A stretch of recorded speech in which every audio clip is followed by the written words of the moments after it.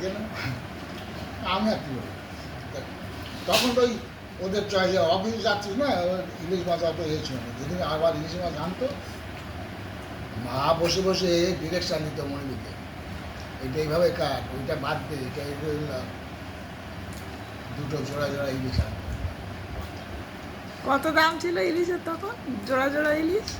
2.5 টাকা 3 টাকা কিলো। তুমি এগুলো খাচ্ছ, আমি তোমার ভিডিও হ্যাঁ? করছি। তুমি খাচ্ছ, আমি তোমার ভিডিও করছি। খাও। এখন তো এরকম মনে হয় বল, এখন তো গ্যারান্টি ছিল মাছগুলো।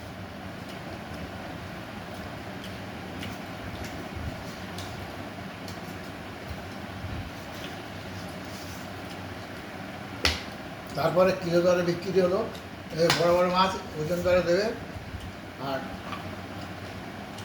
কেটে দেবে না। আগে পিস ধরে হচ্ছিল, এখন তো আবার কেটে দেবে। না ঘরে কাশি কাটতে হবে। দাম মাছ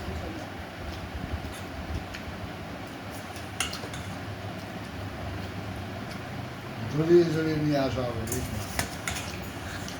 আর ওই জন্য গোপাল ভাড়ের একটা গল্প আছে বুঝলি, ইলিশ মাছ দিয়েছে গোপাল ভাড়কে, বলে তুমি এখান থেকে তোমার ঘরে যাবে এই মাছটা নিয়ে,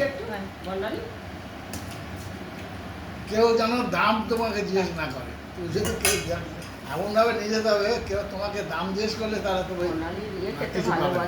তাহলে তো পুরস্কার পাবে। লঙ্কা এনেছি এখন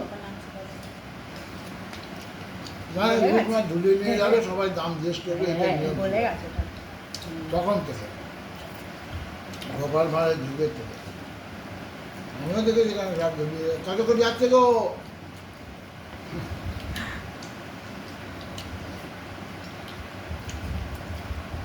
ইলিশ মাছ নিয়েছে কিনা, কত দাম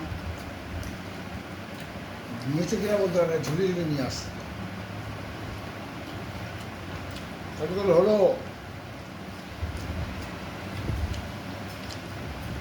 4 টাকা 5 টাকা 6 টাকা কিলো।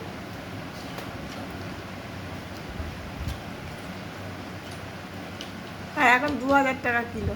হ্যাঁ, আর এখন 2000 টাকা কিলো। ওই জন্য তোর বাবা হাটে আর যায়নি।